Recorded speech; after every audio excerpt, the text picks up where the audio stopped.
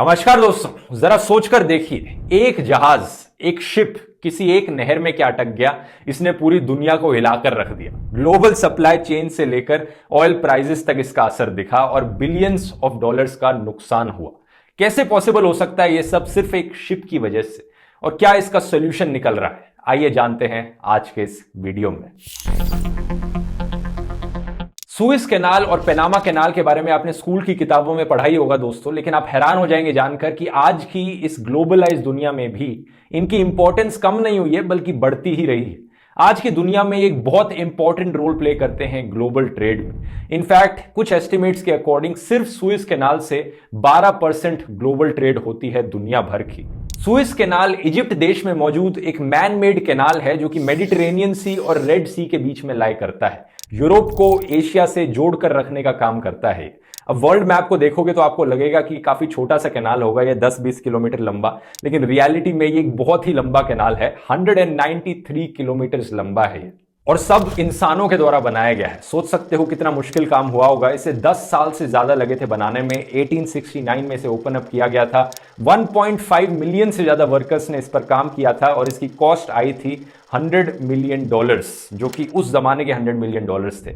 आज के टाइम में ये बिलियंस ऑफ डॉलर्स में कॉस्ट होगी इसकी, अगर इन्फ्लेशन को अकाउंट में लोगे तो। शायद आप सोचोगे दोस्तों कि आज के जमाने में जहां एरोप्लेन्स इतने कॉमन हो गए हैं, शिप्स को कौन यूज करता होगा, लेकिन डेटा देखोगे तो आपको दिखेगा कि सुएज कैनाल से जाने वाला जो कार्गो है, अमाउंट ऑफ कार्गो पिछले 10-20 सालों में लगातार बढ़े जा रहा है। सुएज कैनाल का इंपॉर्टेंस उसकी लोकेशन में है। जो ships India, China, south east Asia से यूरोप जा रहे हैं और यूरोप से एशिया आ रहे हैं, उनके लिए सुएज कैनाल इस्तेमाल करना बहुत सारा पैसा और टाइम बचाता है। एक ऑल्टरनेटिव रूट है अगर एशिया से यूरोप जाना है। साउथ अफ्रीका के नीचे से होते हुए वहां पर एक केप ऑफ गुड होप है, वहां से जाओगे तो 2 हफ्ते एक्स्ट्रा समय लगता है। और आज की दुनिया में अगर आपको किसी भी चीज की डिलीवरी रिसीव करनी है तो 2 हफ्ते का डिले बहुत बड़ा डिले होता है। स्ट्रैटेजिकली ये सुएज कैनाल इतना इंपॉर्टेंट है कि 1956 में जब इजिप्ट गवर्नमेंट ने इसे नेशनलाइज कर दिया था तो इजराइल, ब्रिटेन और फ्रांस ऑलमोस्ट एक जंग पर चले गए थे इजिप्ट के खिलाफ। इस रीजन की वजह से इसे सुएज क्राइसिस करके भी बुलाया जाता है।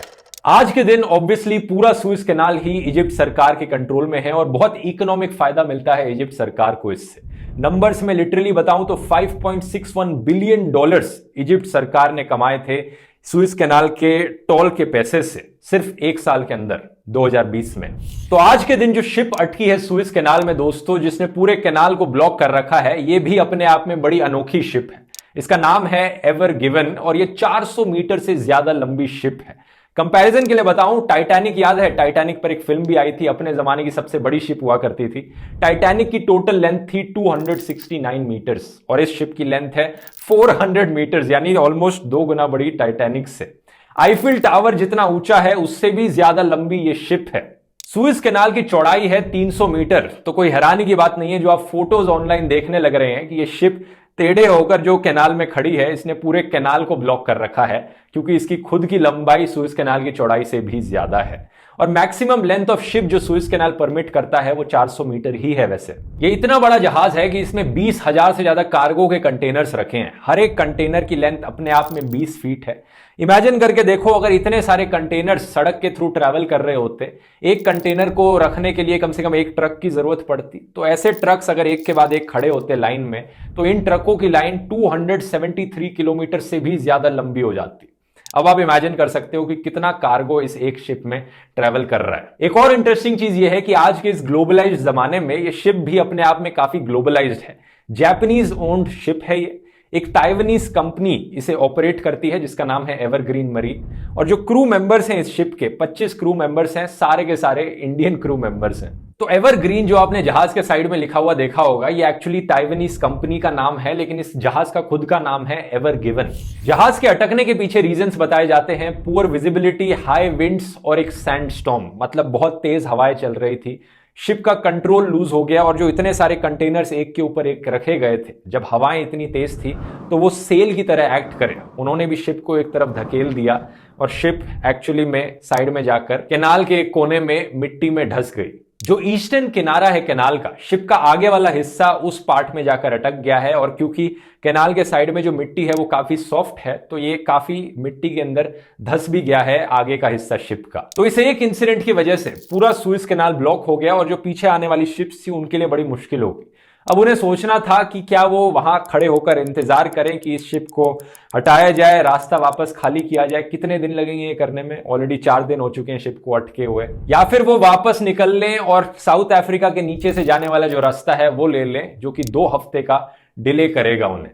तो ये उनके लिए बड़ी मुश्किल है। 2 हफ्ते कम टाइम है या फिर 2 हफ्ते से पहले ही ये शिप हट जाएगी और रास्ता खुल जाएगा। सुएज कैनाल से साउथ अफ्रीका वाला रास्ता लेते वक्त एक और भी डर है सोमाली पायरेट्स का। वो रास्ता सोमालिया के पास से होते हुए गुजरता है जहां पर सोमाली पायरेट्स अक्सर पाए जाते हैं। दूसरा, क्योंकि इतनी सारी ग्लोबल ट्रेड सुएज कैनाल से होती है, एस्टिमेट किया गया है जितने अमाउंट ऑफ गुड्स ब्लॉक्ड हैं इस सुएज कैनाल के ब्लॉक्ड होने से, उनकी वर्थ है $400 मिलियन पर आवर या फिर पर दिन $9.7 बिलियन।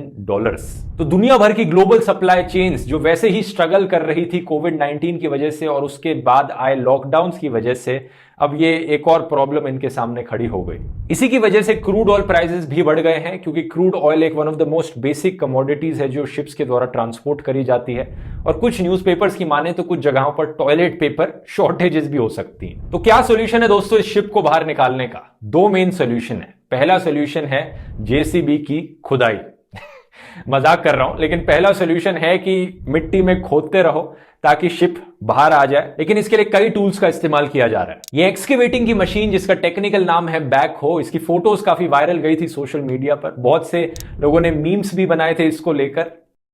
ये सामने से खुदाई करके इसके आगे वाले पार्ट में जो मिट्टी है उसे कम करने की कोशिश करेगी ताकि यहां पर पानी आ सके। इसी के साथ ड्रेजर शिप्स का भी इस्तेमाल किया जा रहा है जिनका काम है पानी के अंदर खुदाई करना। पानी के अंदर जो मिट्टी होती है, सीबेड होता है, उसे खोदकर और गहरा करना ताकि पानी की डेप्थ बढ़ाई जा सके, जिसका फिर से पर्पस है कि शिप के लिए पानी इतना हो सके कि शिप वापस फ्लोट कर सके। इसके बाद टग बोट्स का भी इस्तेमाल किया जा रहा है जिनका काम है पूरे जहाज को खींच के वापस लाइन पर लाना। लेकिन ये जहाज इतना बड़ा है और इतना भारी है कि टग बोट्स अकेले काम नहीं कर सकती। और फाइनली नेचर का भी इंतजार किया जा रहा है कि हाई टाइड आएगा तो कैनाल की जो डेप्थ है वो करीब 18 इंचेस से बढ़ जाएगी, तो शिप का फ्लोट करना ज्यादा आसान हो जाएगा। लेकिन ये सब है दोस्तों सिर्फ पहला सोल्यूशन। अगर ये सब कुछ काम ना किया तो एक दूसरा सोल्यूशन है कि शिप पे रखे कार्गो को बाहर निकाला जाए एक क्रेन के द्वारा।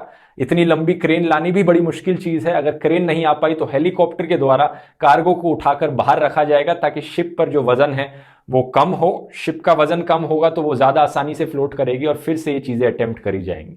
अगर पहला सॉल्यूशन काम नहीं करता तो दूसरे सॉल्यूशन को इंप्लीमेंट करने में हफ्तों तक का समय लग सकता है, लेकिन उम्मीद यही की जा रही है कि ये पहला सॉल्यूशन बहुत ही जल्द काम करेगा। तो ये है दोस्तों सुएज कैनाल में फंसे जहाज की बड़ी ही दिलचस्प कहानी। देखने वाली बात होगी आगे क्या होता है यहां पर। वीडियो पसंद आया वीडियो को शेयर कीजिए दोस्तों, और अगर आपको मेरा काम पसंद आता है आप मुझे सपोर्ट कर सकते हैं patreon.com/ध्रुव राठी पर या यूट्यूब पे मेंबर बन के ज्वाइन बटन क्लिक करके, ताकि ऐसे ही एजुकेशनल वीडियोस मैं आपके लिए फ्यूचर में बनाते रहूं। चलिए मिलते हैं अगले वीडियो में। बहुत बहुत धन्यवाद।